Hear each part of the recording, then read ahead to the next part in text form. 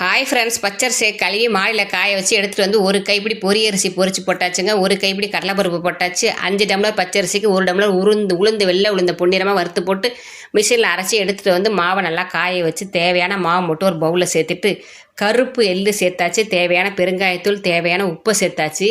தேங்காய் பால் ஊற்றி சுட்டிங்கன்னா இன்னும் சூப்பராக இருக்கும். பட்டர் இருக்குல்ல, பட்டர் அதை கொஞ்சம் உருக்கிட்டு நல்லா ஹீட் பண்ணிவிட்டு சேர்த்துங்க. பட்டர் இல்லைன்னா நல்லா சூடாக காய வச்சு எண்ணெயை ஊற்றிட்டு எல்லாமே ஒன்றா நல்லா பிசைஞ்சிட்டு அதுக்கப்புறம் கொஞ்சம் கொஞ்சமாக தண்ணி ஊற்றி பிசைங்க. இந்த நேரத்தில் தேங்காய் பால் ஊற்றி பிசைஞ்சிங்கன்னா செம்ம டேஸ்ட்டாக இருக்கும். இப்போ தண்ணி ஊற்றி பிசைஞ்சாச்சு, அடுத்த ரவுண்டு தேங்காய் பால் ஊற்றிக்கலாம். ஏன்னா டைம் இல்லை பாருங்கள், ரொம்ப டயர்ட் ஆகிட்டு இருக்குது வேலை செஞ்சு முறுக்க புளிய போகிற நேரத்தில் பாப்பாங்க வந்து நாங்கள் புளிஞ்சு பார்க்குறோன்ட்டாங்க. சரி, அவங்களும் கற்றுக்கட்டும், நீங்கள் புளிங்க பாப்பா அப்படின்னு சொல்லியாச்சு. அழகாக அவங்க பாருங்க சூப்பராக புளிய தெரிஞ்சிருச்சு. ஒரு 2 முறுக்கு சொதப்பினாங்க, அப்புறம் வந்து புளிய ஆரம்பிச்சிட்டாங்க. எதுவுமே ஆரம்பத்தில் வந்து சொதப்ப தான் செய்யும். நம்மளும் இப்படி தான் இருந்து அப்படி வந்திருப்போம். நம்ம கற்றுக்கிட்டு வந்ததை நம்ம பிள்ளைகளுக்கு நம்ம கற்றுக் கொடுப்போம். அவங்களும் இனிமேல் தீபாவளிக்கெல்லாம் பலகாரம் சுட்டு ஒன்றுனா கற்றுக்குவாங்க. எண்ணெய் சட்டிக்கிட்ட மட்டும் கவனமாக நிற்க வச்சு சுடணும். அழகு போல் சுட்டு இந்த கொடை கம்பி இருக்குல்லங்க, அதில் சொருகி சூப்பராக எடுத்தாச்சு. தீபாவளிக்கு முறுக்கு சுட்டாச்சு சுபா வீட்டில்.